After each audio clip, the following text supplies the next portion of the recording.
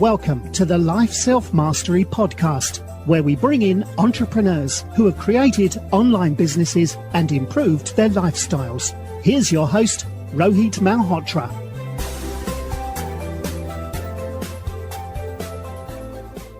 Hi everyone, this is Rohit from Life Self-Mastery, and today I'm excited to have Marc Silber, who's a best-selling author, photographer, filmmaker, and producer of the very popular YouTube series Advancing Your Photography, where he has interviewed scores of some of the biggest names in photography. He started out learning darkroom skills and basics of photography at the legendary Peninsula School in Menlo Park in 1960s, and moved on to hone his skills to professional standards at the famed San Francisco Art Institute. Marc moved into teaching photography in workshops all over the country, became renowned as an engaging and helpful speaker and coach. He loves adventure, and you will find him out backpacking, surfing, or snowboarding, and maybe just chilling, taking a walk through Carmel with his wife and golden retriever. He's written 2 books, Advancing Your Photography and the Secrets to Creating Amazing Photos. And his new book, Create Tools from Seriously Talented People to Unleash Your Creative Life, is launching on July 23rd. Welcome to the show, Marc. Thank you, Rohit. My pleasure to be joining you. Awesome. So, what made you, get into the world of photography? Well, I became a photographer when I was about 12. At that point, I was going to this school that you mentioned, Peninsula School, which is very close to where Facebook now is. And the school highlighted creativity above everything else. So we were all involved in some sort of creative activity, writing, pottery, weaving, writing plays, making short films. And in my case, I had always really loved photography, but my teacher in the 7th grade asked me if I wanted to see how a darkroom worked. And, we developed a roll of film, which seemed like sort of magic, but the real magic occurred when we put it into the enlarger and printed it. And all of a sudden I had all this control over how I wanted the photograph to look. Before that, this dates me, but before that we would just take our rolls of film to the drugstore, and they'd come back and they'd be sort of muddy looking and very small, and they're not very artistic when you take things to the drugstore. Yeah. So I learned the art of photography at that age, and I became a photographer, a professional photographer, almost right away. I started selling my photographs, even in the 7th and 8th grade. In fact, one of my most sold photographs, believe it or not, I took in the 8th grade. Okay. So I just kind of carried on from there, mostly self-taught. I did go to the San Francisco Art Institute, but and then later, many years later, I had to really re-educate myself as a digital photographer all over again. So it's just been part of my life, and it's something I love, and I'm fortunate to have something I love also be my source of income. And whenever you can do that, you're hitting things the way you should be.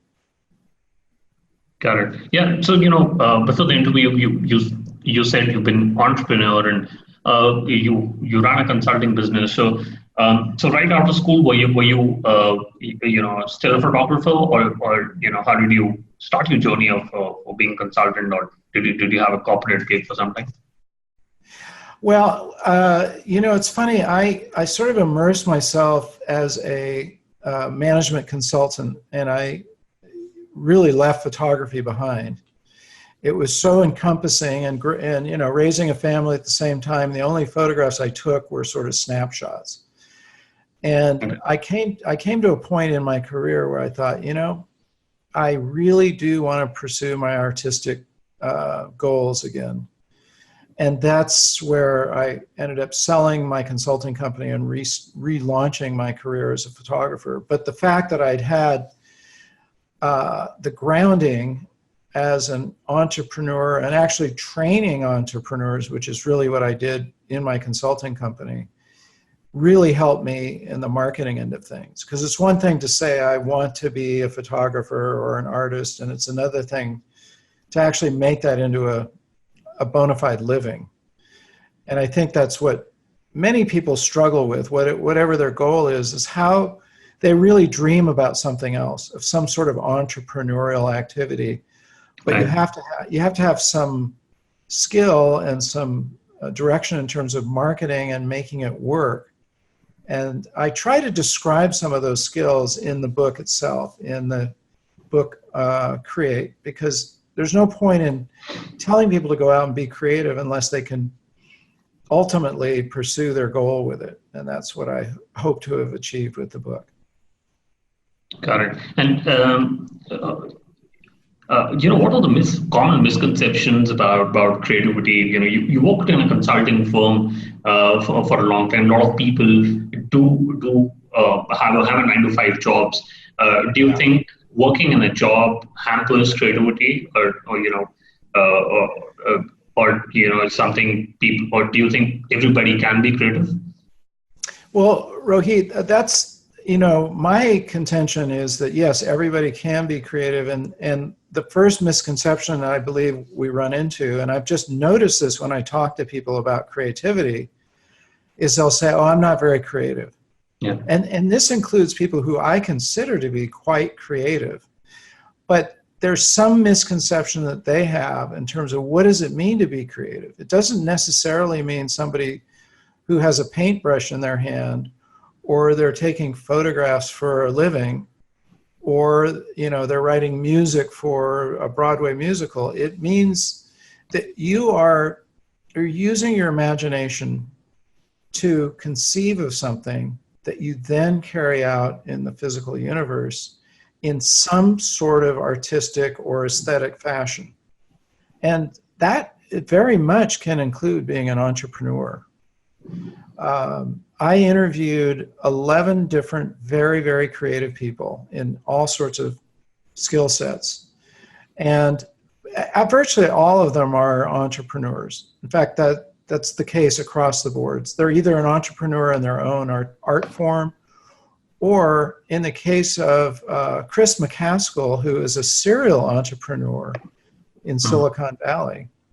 He started actually a number of very successful companies. Most recently, SmugMug, which is a very, very successful photo sharing site. He, basically what he mentioned, and many of these other entrepreneurs did too, is that you have to bring that creativity to whatever you're working with. And that's probably the biggest misconception, is there can't be a disconnect. You say, well, I have a 9-to-5 job, there's no creativity involved in it. Well, maybe you just need to look for the avenue. Where's the window of creativity in that job?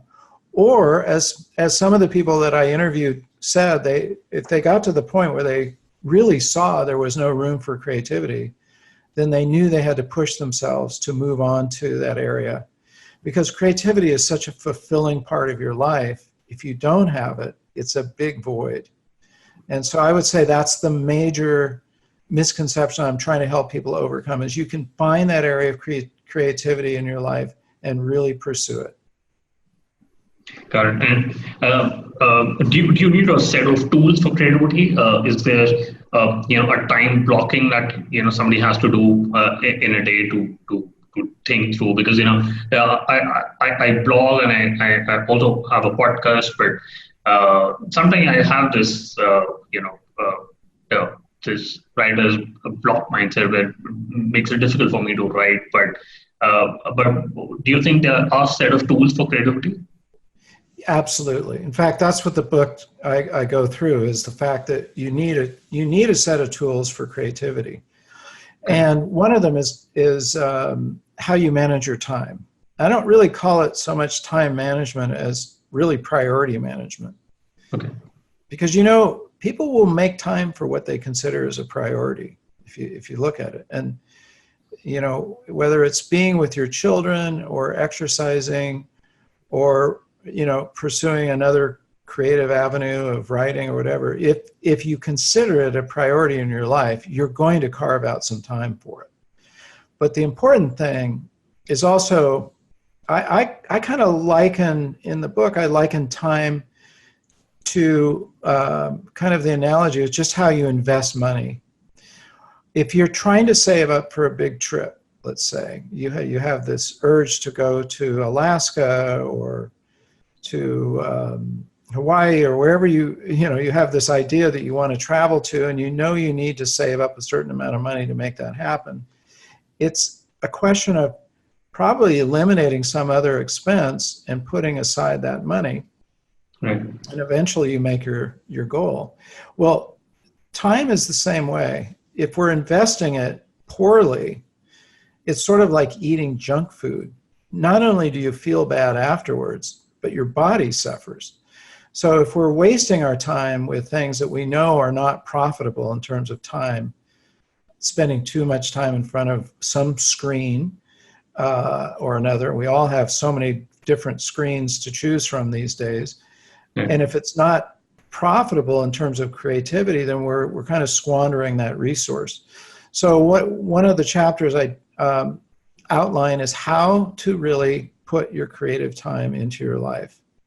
And I actually have a breakdown so that you can actually take your daily schedule and put it into this breakdown. And my contention is that the average person should have about 2.5 hours left over for creative time if they schedule it properly. Right. And if they use it well, that starts to bear returns. And of course, anything that brings returns, you tend to want to do more of. Yeah, it completely makes sense because I run this blog and podcast on the side, and that's what I do from 5 to 9, and that's my side hustle. So it makes my creative juices live all the time. But exactly. And are there any simple ways you can increase your creativity? Absolutely. There's the easiest one that I mention is going to galleries, going to museums. Okay. Sorry, I've got some kind of something going on here. Let me fix this. The easiest way to increase your creativity is by immersing yourself in creativity. And one of the great ways to do that is to go to museums. A book that I mentioned it's called Damn Good Advice, and it's by an author named George Lois, who in the United States is quite well known for his advertising campaigns, but he also designed, I think, 97 covers for Esquire magazine. He's a very creative fellow. And he said his success in kind of bringing his creativity about was to go to a museum every week. And he usually went to the same one, but I recommend going to different ones and immerse yourself in some, in looking at some form of art that really resonates for you. It doesn't even have to be in the same area that you're trying to create. Like, for instance, photographers can definitely learn about composition and lighting by looking at the painting of the masters, because they already had figured it out long before there were cameras, and we can use those same skills in taking a photograph. But the interesting thing about looking at creativity is it really doesn't matter what genre it's in. It's going to spark something in your own creative internal process. And I call it adding to your library. What you want is a big, full catalog of creative observations that you've made. So we know that as a writer, it's so important to read a lot. Right. Stephen King makes that point. Almost every writer that I've ever come in contact with who writes prolifically also reads an enormous amount, because you want to get those other ideas. It's not that you're going to take those and copy them, but you see how somebody used something and it sort of sparks something in your own mind and your own skill. So, Rohit, the easiest thing I would say is spend time, if you can't do it every week, as often as you can. And if you can't go to a museum, at least look at art in the form of books. Let's not try to do it on a screen, because we're already sort of disconnected from it. But if we go to a library and check out art books and look at those, expose yourself to more and more art around you and start to see how others could see, you know, in their inspiration, what they saw. That's a definite easy way to fill up your creative library. And the more you have in your library, the easier it is for you to produce something yourself. That's very interesting. So reading books and going to museums, maybe listeners can use this to increase their creativity. Also, in the book you interviewed people like Instagram phenomena, Chris Buckard, serial entrepreneur Chris Maxwell, and Nancy Cartwright. So what did you learn from them? Do you think these talented people are different from others, or is there any special thing which they're doing? Actually, I found something interesting, that they're just like people like everybody else. The difference is they had to overcome all sorts of obstacles. So one of the things I wanted to find out, were these people just sort of born on a creative path, and they were just incredibly lucky and everything came to them really easily? Chris Burkhardt, who has well over 3 million followers on Instagram, he's a best-selling author, he is a film producer. He said, in his case, it was a 12-year overnight success. And it took him a lot of work to get there, and it took a lot of effort. But the thing that I find probably stands out with these people isn't that they were lucky, and it wasn't that they had some kind of inside line to creativity. It was that they were very persistent. They overcame all sorts of obstacles. Now probably the one that stands out the most, and I think this is a really important lesson for all of us, is Chris McCaskill. The one I mentioned earlier is a serial entrepreneur. He grew up homeless on the streets of Oakland. Oakland is the city, if you're not familiar with it, it's across the San Francisco Bay from San Francisco. And it's kind of the ugly side of our area. At least it was at that time. It's gotten cleaned up since then. But at the time he was homeless on those streets, it was not a very pleasant place to be. He lived under overpasses. He ate in soup kitchens, and he had a very unfortunate childhood. He was basically rescued from that, and by one way or another, he ended up earning his master's degree at Stanford University and going on to work with Steve Jobs, both at the company that he founded called Next, and then later at Apple. And he's lived in this incredibly immersed sort of creative environment. But he came out of this horrible environment. And one of the things he said is a day doesn't pass that he isn't just struck with how fortunate he is.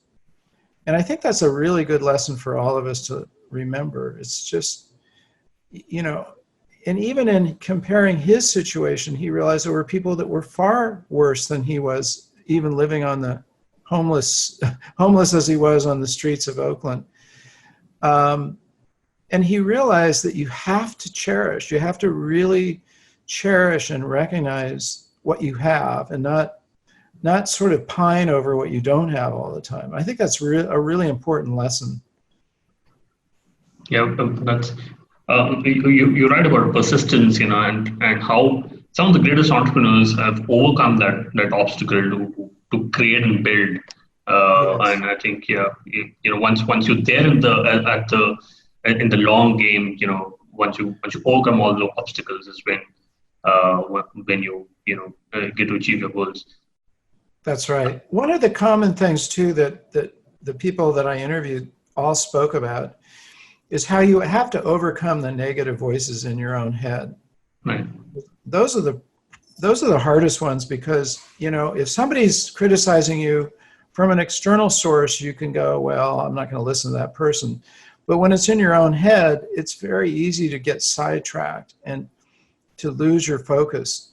So this is another thing that each of these really successful people mention over and over again is you have to learn to get around those negative thoughts, and also how to even strengthen yourself to overcome those so you're not sidetracked and you don't lose ground and you don't doubt yourself. And I know it's very easy to say that, but it happens to all of us, and we have to learn ways to, get around that and sidestep that and keep going on your creative path in spite of it. Correct. So Mark, you also talk about visualization. So how can one master the techniques of visualization? Have you got any thoughts on that? Yeah. So the first step is what I already mentioned, which is go to see a lot of art, because that's going to help you fill up your mental library in terms of creativity that's worked for other people. And the second step is to just utilize your power of visualization. We all have it. Children have it in a remarkable way. They can create a whole world, it seems like, and have ideas that are not so constricted as adults. So the thing is, if you practice visualization, it gets, like anything else, it gets stronger. So there's many ways to do that. If one is going to, let's just take something as simple as redesign a section of their home. My wife and I do this all the time. We've managed to have great success at finding homes that for some reason nobody else wanted, and visualizing how we could turn it into a much better house, or a house of your dreams even. And you have to look past the flaws in order to do that, and visualize what it could look like and what changes you could make. But it's a question of really just using that skill. And that can be used as an entrepreneur. Very successful entrepreneurs are ones who can visualize the final outcome of the product or service that they're developing. And a lot of times it seems unbelievable. Like, who would have thought before Uber came along that this could become a multi-billion dollar industry, where you're getting people to drive their own cars and other people are going to somehow connect with them. And if you gave that idea to somebody, they probably think you were crazy. But look at how successful it's been. Look at how successful Airbnb has been. You look at these companies that were built on really just an idea. They didn't have to go out and buy houses and then turn them into hotel rooms. They didn't have to buy fleets of cars and turn them into taxi cabs. They really fundamentally built it on a vision, and spread the vision to both the consumers and the participants. And this is kind of what our whole new economy is based on, is simply an idea.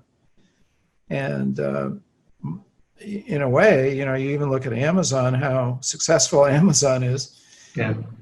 Even though it started off as the warehouse and buying books and reselling them, they transitioned into really just being the intermediary, so that you're getting your buyers and your sellers together and then facilitating that. Again, it's more on an idea phase than a hard physical universe. It had to start with the concept. So if we practice our visualization, take those dreams and don't let them disappear. One of the things I recommend is definitely get a notebook and keep a notebook of your ideas. You'll never know where those ideas are going to come from. And don't let them fly out of your head, because they will. They'll kind of evaporate. If you get a bright idea about something, write it down. It helps in the visualization process, or even make a drawing of it. Or if you find something that kind of looks like what you're thinking of, maybe you see it in a magazine, cut that out and put that in your notebook. So the more you start bringing an idea into the physical world, the stronger it's going to be. And then you can share it with other people who you trust and start to collaborate. And collaboration is what allows, that whole visualization process to really grow. The only caution is don't collaborate with negative people because they'll just shoot it down. Collaborate with people who can give you honest feedback. Sometimes you need to be told, no, that isn't going to work, or that's too expensive. Okay, but that type of person, if they're truly a creative person, will suggest to you a way that you could do it. And working together, you can kind of work through the ideas. So those are some of the tools that you can use with visualization. Interesting, right? So, Mark, you've written two books on photography. You've spent a long time clicking photographs. The problem with millennials now is they all have phones, and we all think that we are great photographers. But what makes how can somebody learn photography? And a lot of listeners who are looking to build a side hustle, how can they be good at clicking photographs?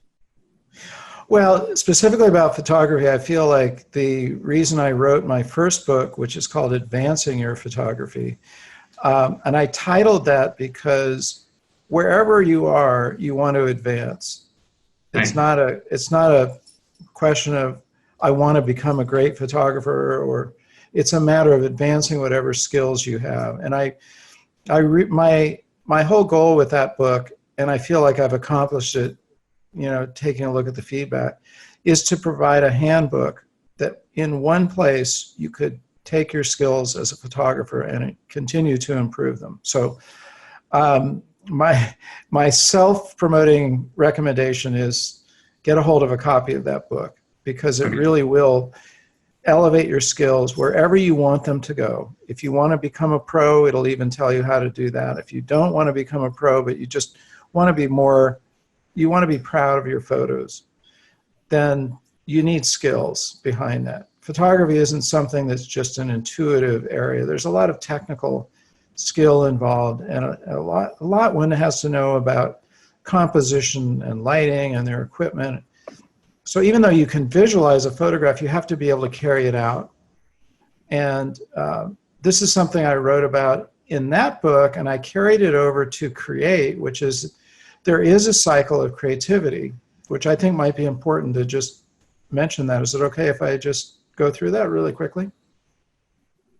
In creativity, you have 5 stages. The first one is visualization, where you get the idea. Right. The second stage is you have to know your tools. If you're an entrepreneur, you have to look at what are your tools. You've got marketing, you've got personnel, acquisition and training, and all these different things. Those are your tools as an entrepreneur. And then you have to work your craft. You have to get into it, and you have to actually work. And the next stage is editing. And we don't want to edit while we're working, because that's where the negative stuff comes in place. Editing is a second stage after you produce something. Like as an entrepreneur, you come out with a new product. That's version 1. Put it out for beta testing. See what people like or they don't like. I see. They get confused about this one area. Good. So that's version 2. And that's an editing process. But you'll never know what to put in version 2 unless you create version 1. And then the final phase of creativity and photography is sharing your work. Right. Sharing doesn't just mean giving it away for free. It means getting it out to the world. And those 5 things have to fit together. And when they do fit together, you get a kind of an upward spiral of creativity. It's a very important thing to grasp those 5 stages and to use them in your own life. Got it. And Mark, I just want to talk about your new book, which is great. It was launching on July 23rd. Did you self-publish the book, or do you have a publisher who's helping you out publish the book? No, I have a publisher that I've been working with with my previous books, and also with this one. It's Mango. Okay. And they're kind of a new era publisher. They like to pick authors who have a strong social media platform. In my case, I have a really strong YouTube channel. Right. and they've been wonderful to work with. I really like working with a publisher as opposed to self-publishing. I've only self-published one book, and I found it, for me anyway, I didn't want to have to do all those other things.